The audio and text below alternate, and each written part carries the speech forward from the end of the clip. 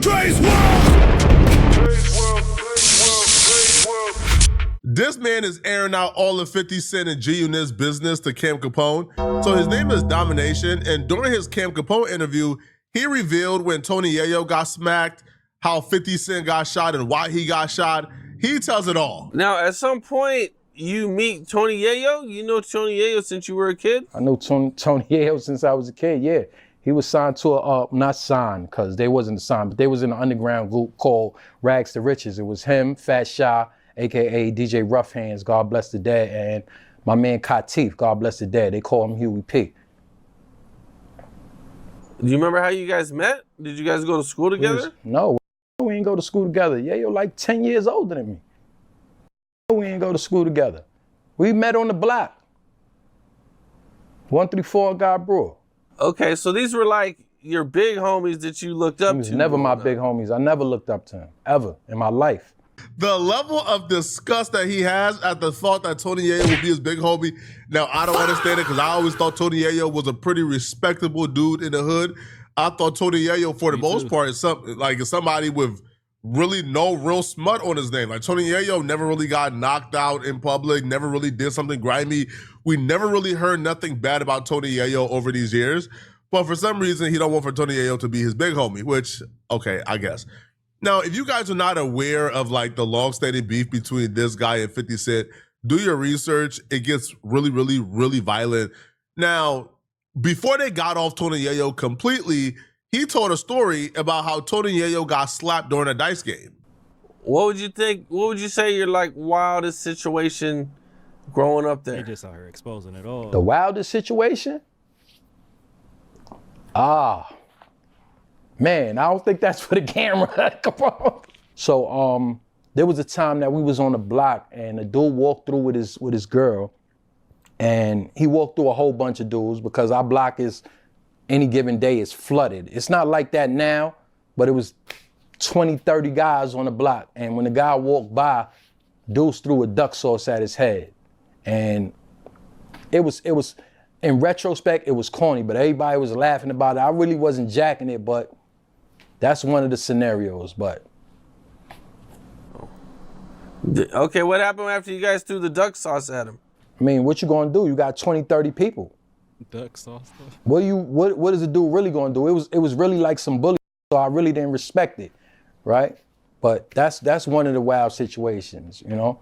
But there's other situations that it been dice games, like Tony Yayo was at a dice game. He was rolling dice with somebody and left.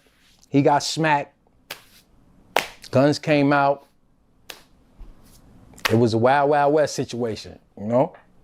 I'm questioning if that Tony Yayo story is true, because if they asked you, what's the craziest thing you've been through? And you bring up how y'all threw, I don't know, like a Laffy Taffy at somebody's head.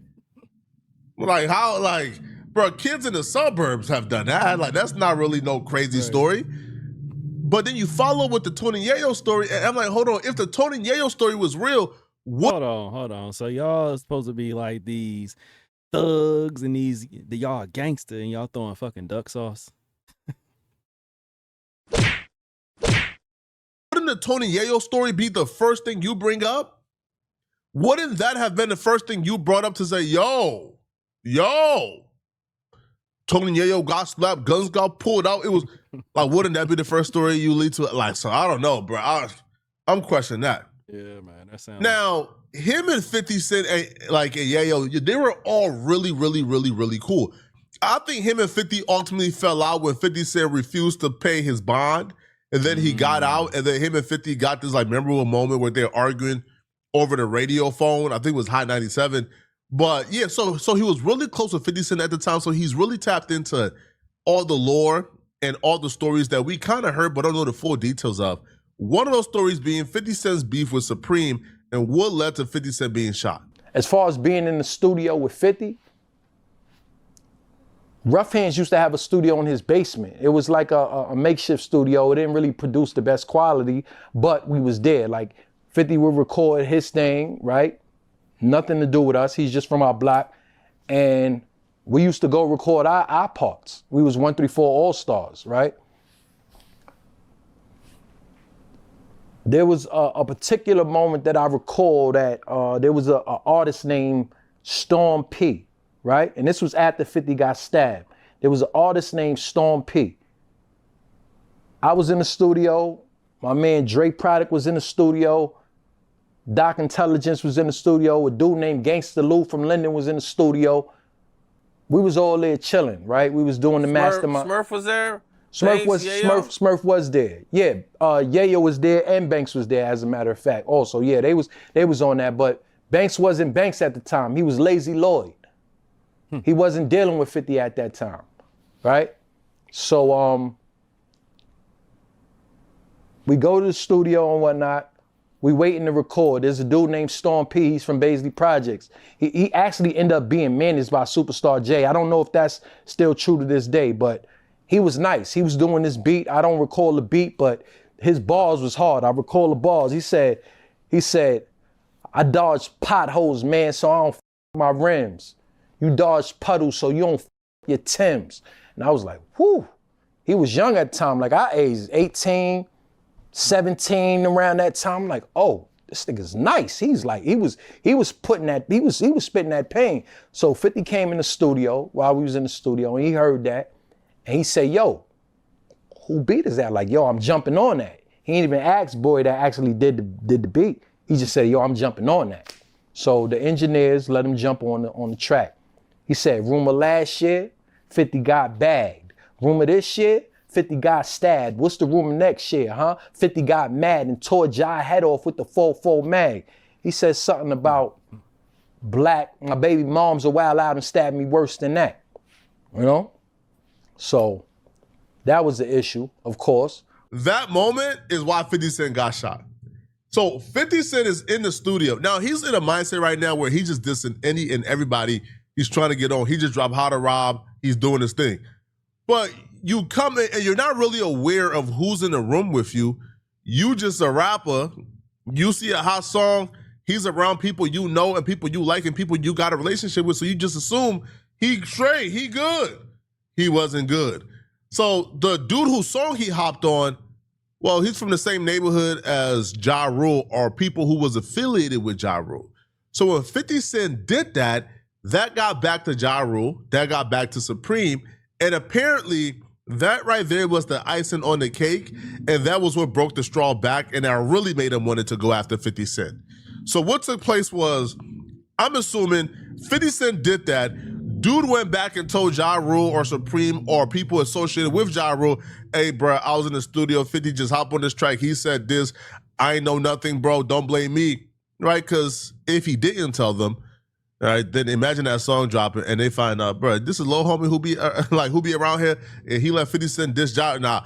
So he told. Now, after he told, he didn't go too deep into details in regards to what the conversation was, but that was apparently the straw that broke the camel back, and they was determined to kill 50 Cent the next day. Like I said, you know, Storm P was from Baisley, so 9 times out of 10, his management team was from Baisley.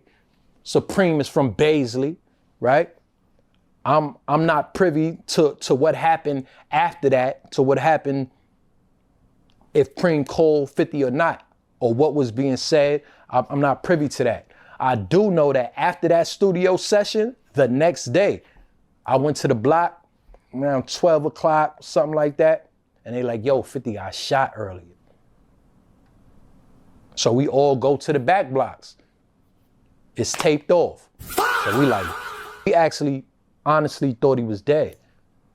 We didn't know he made it. We thought he was dead, you know? Crazy. Right? When I reverse, I said, I seen the car coming. I'm trying to be considerate. But I thought 50 saw it, so he ain't say nothing. But when I turned around, I'm like, yo, who this? I seen somebody jumping out the car. He seen the car, but he didn't see the person jump out the car. That's what I mean. I asked him, yo, who this? He like, I'm waiting for a response. And the response I get was, oh, so I'm like, oh, when I turned, the nigga started shooting. So I forgot the car was in reverse. I'm thinking the car's in drive. So when I step on the gas, I hit their car. thinking that I was gonna go forward, I went backwards. So when I went backwards, I hit my head. That froze me. But 50 said he didn't get shot to this point here when they froze me. That's when the gunman came around the car and he shot us. But in that process, the girl was screaming. She like, drive. So. I'm sorry, man, but I just do not understand this lifestyle. Like, I understand, I guess, like, you know, rapping about your life, and why can't y'all just rap about like getting money, elevating in life, being successful? I mean, there are songs that are like that, but a lot of these songs that they do is always talking about their ops, their enemies, dead homies, getting shot at, selling drugs, and, you know, fucking a bunch of women. Like, I don't know, man. I just feel like they need to change the narrative, change up what they be rapping about, and a lot of this shit wouldn't even happen. It sounds like he was in the studio dissing somebody and said some shit, and then it caught up to him. But thank God he's still alive, because 50 is he a funny dude. That's what woke me up. And I drove down the block and I drove him to the hospital. Crazy. Okay, and so did you reverse the car at all after you kind of started to take off? I just told you I had the car in reverse. I said that.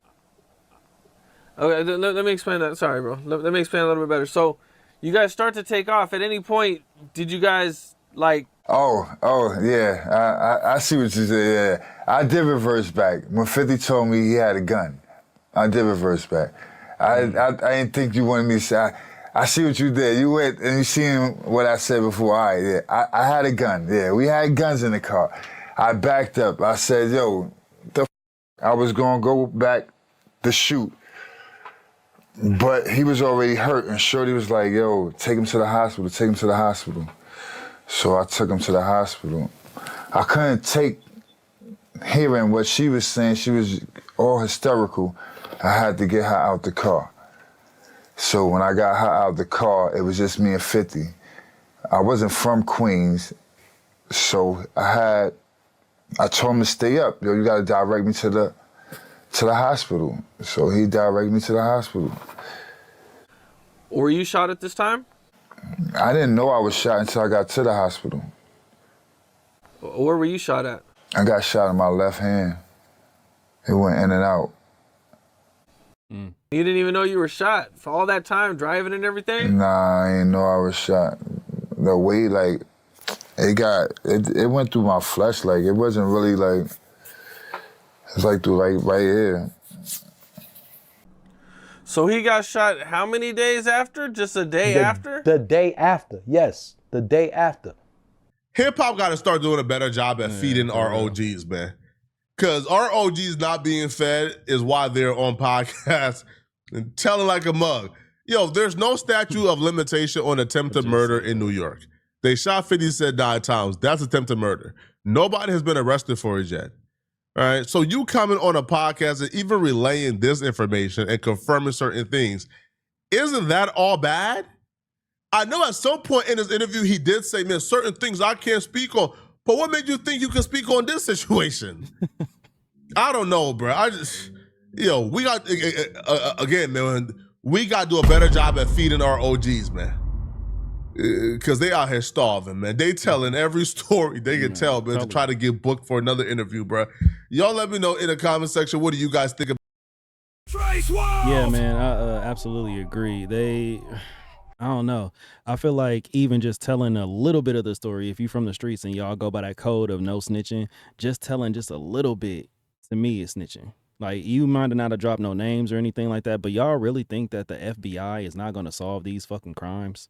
Like, I don't understand why they can get on here and they'll say like these small minuscule details about something that happened, and they think the FBI is not going to backtrack to the date that you're talking about, the time, you know what I mean? Like, yeah, maybe back then they ain't have cameras and shit like that for them to actually like track license plates and everything. But I'm telling you, man, we got some very intelligent ass people that's on the police force and work with the FBI. So yeah, man, I'm just glad that 50, you know, it ain't cost him his life that day, because dude funny as hell, man. We know 50's like the biggest troll, and the shit he be saying is highly entertaining.